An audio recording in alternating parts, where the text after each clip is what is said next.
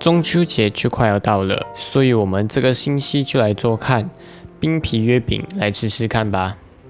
首先要准备50g 的糯米粉、50g 的黏米粉、25g 的橙粉、25g 的糖、185g 的牛奶、25g 炼奶和25g 的油。如果你要那个饼皮有颜色的话，你就要自己准备一点色素。这次的话，我们是用了这个用班丹做的这个绿色的色素，然后就把刚才全部准备好的材料倒去一个碗里面。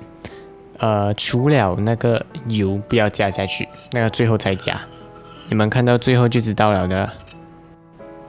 然后就开始搅拌，然后要搅拌到它没有一粒粒这样子就可以了。然后我们现在换下盘，方便等下拿去蒸。然后拿一个筛来筛掉那些一粒粒的，就可以拿去蒸了。然后蒸的时候要记得放一个东西在你的容器上面盖着，不要给它有水滴下去。然后就给它蒸个20分钟就可以了。在蒸制的时候，我们来准备一下里面的馅料。现在开始要戴上手套，然后就可以开始把我们的馅料挖出来了。我们这边用的是现成的这个莲蓉，我们总共会有8粒，一粒要25g，量了25g过后就把它揉圆。20分钟过了，可以把它取出来了。取出来过后，可以把油倒上去了。因为刚取出来还很热，我们就先帮它切一条一条线，方便它散热。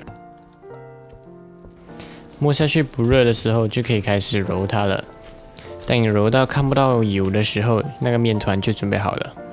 这是每一个20g，量了过后把它搓圆。这个跟馅料也是一样，也是要做8个。我们现在可以开始做月饼本身了。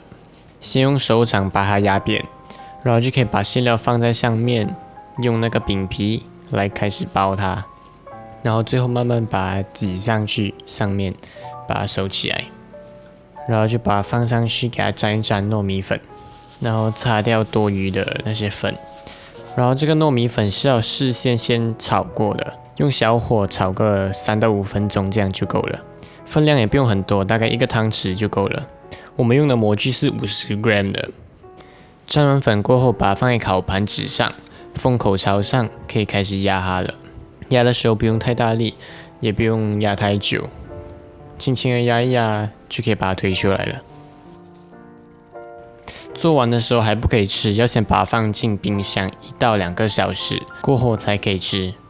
如果吃不完要放隔夜的话，要放在冷冻箱哦。然后要吃的时候就把它放回冰箱里面，给它冷回来先，然后再吃。冷冻完过后就可以切开来看哦，还有吃。